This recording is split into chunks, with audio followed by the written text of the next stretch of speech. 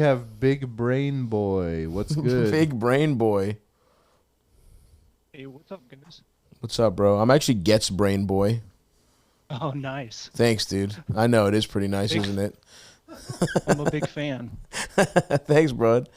What's going on? Can we hear him any better? Can you speak up, Big Brain Boy? Yeah, can you? Yeah. Okay, there we I go. can talk louder. Is this better? Oh, much better, Yep, much yep, better. yep.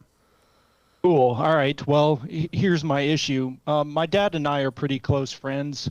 And for a long time, I don't live in the town that he lives in anymore.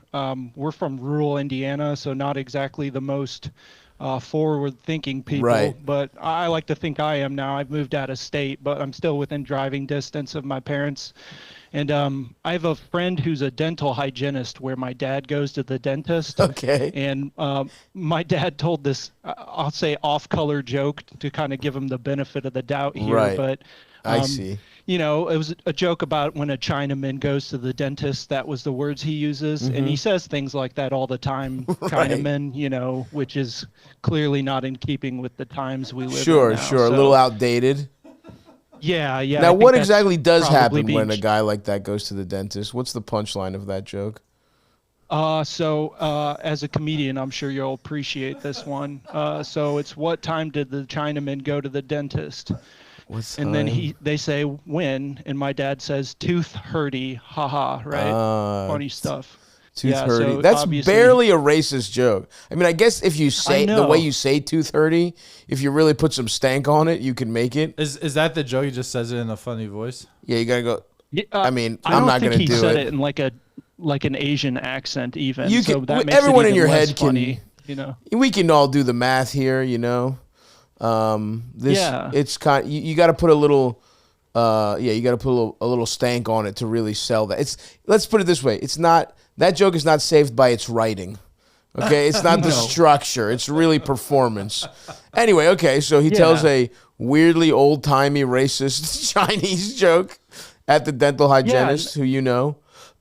And I know my dad. He's not a racist guy, and you know he always does like the white guy thing. Like when I went to college, I was the first guy with a black roommate type stuff. Right, You know, classic. like I voted for Obama in 2012 Yes. and 2016 type stuff. Right. So, So what if you I got a tried to black have wife? Would he be cool with that? would he be cool with what? I'm sorry. If you had a black wife? Oh, my dad. Yeah. I think he would be cool with it. Okay. Okay, You, that's you know, think. not for. It never came up. It never so- came up. You got a white wife? Yes. Yep. Nice. Anyway, all right. So anyway, he tells his story. He's at the dental the dental hygienist who you're friends with reports back. Your dad is saying corny racist shit. What happens? Yeah. Give us the what's the situation? Well, I tried talking with him about it. I was like, look, Dad, you know, it's 2024. Well, this was 2023 then, but I was like, it's a different world than when you grew up in, right? And he can't, you know, he can't even be comfortably diet racist in his own hometown anymore. I guess, that is, but, you know what? The liberals have gone too far. If rural Indiana, someone snitches on you for a tooth hurty joke in rural Indiana, the fuck, man? the future the left wants, This right? is the future, yeah. Okay. Yeah, but you know, I had a casual conversation with him about it, and to be honest with you, I haven't taken it further than that since. But I still hear him say things every once in a while now, and I'm just trying to get some perspective as to, let's say, you know, Eldis was making jokes like this, and Right, it which he started to get does on you and your constantly. friends' nerves. Not that I would ever insinuate Eldis would say something like that, but Yeah, how would you our approach that text would get conversation with him? us arrested. If the text between me and Eldis and the voice memos we've sent to each other were ever leaked, we'd be so fucked. Look, let me just say this. You don't want to unearth those G-chat logs from college. That's fair.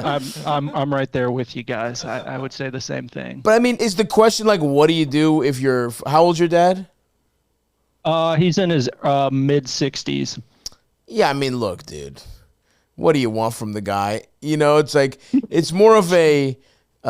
It's almost like you have to treat him like a kid, where it's like there's your inside and outside voice. It's like we've got our inside and Right. outside jokes, Dad.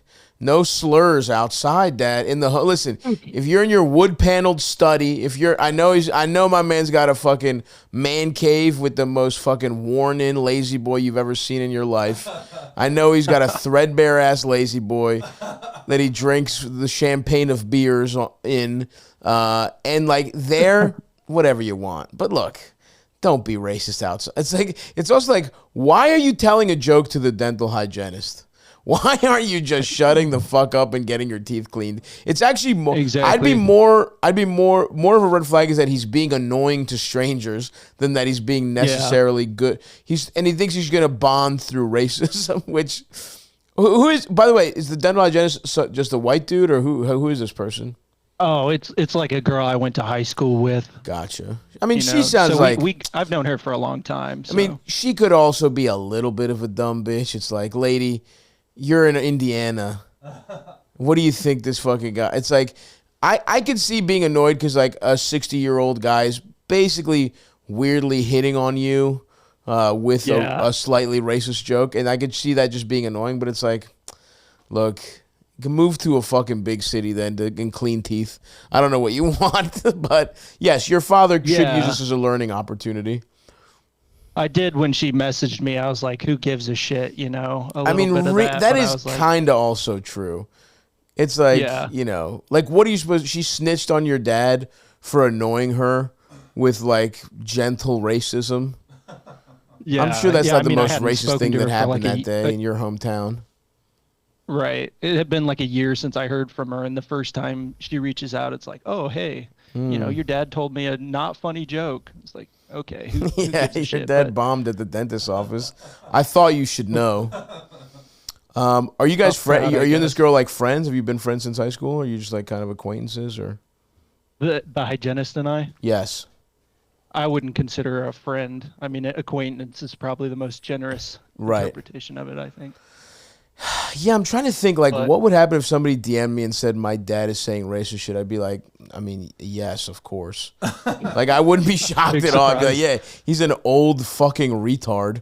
Well, of course he's going to say here's the good news. He has no power in the world whatsoever. Here's the good news. My dumb fucking father is a constantly on the edge of bankruptcy contractor. He is not aiding white supremacy. And your dad is just a fucking dumbass who kind of wants to fuck this dental hygienist and then thinks like, all right, I'll tell her some of my good shit.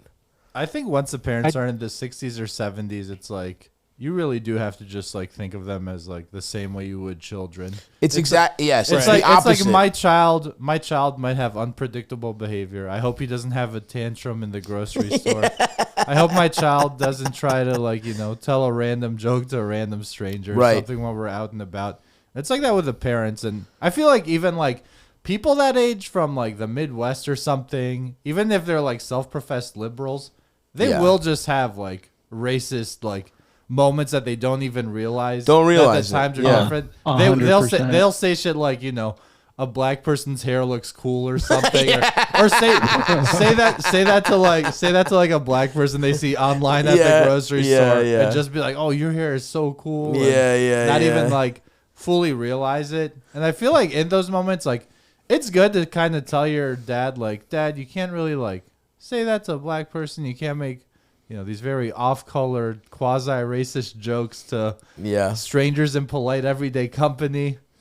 But, or, you know, you shouldn't at all. But I do think the inside-outside voice analogy is pretty good, especially with treating them like children. Well, that's it, dude. That's what it is. Because once your parents get over 65, it's like, all right, at late 60s, they become teenagers, where it's like, you're still an adult, but you're close. You're on the edge. Like, I won't trust you with everything, right? But you're an adult. You can take care of yourself. 70s, it's like they're in middle school where it's like, okay, we're having full conversations. You have your own ideas. Some of them are stupid, but you're learning. In this case, you're the opposite of learning. Your brain is falling apart. 80s, they're fucking 8 or 7 years old, where it's like every once in a while there's a little cogent. They make a point. You're like, wow, good for you, buddy. And in the 90s, they are fucking babies. They're like, yeah, like my grandma thinks we're gonna take her to Greece to die, and it's like, no, Baltimore will be where you draw your final breath. No one is taking your senile, can't get to the fucking bathroom by yourself ass on another. We just took you to Greece. You could have, if you died at my cousin's wedding, it's 2 birds with 1 stone. You go to the wedding and you save us a fucking trip back. We do a funeral right then and there. But now it's, you know, and my mom and my cousins, like, they argue with her, right? And they're like, they try to explain to her. It's like, no, don't. If my grandma thinks she wants to go to Greece, treat that like a baby being like, I want to meet SpongeBob. Just be like, okay, yeah, SpongeBob. We'll see SpongeBob, buddy. I even told my mom, I was like, what we should do is knock her, like, put her in a fucking wheelchair and tell her we're going to the airport, let her fucking zonk out, and then just put pictures of Greece on the windows. And I bet you that would fucking work for a long time.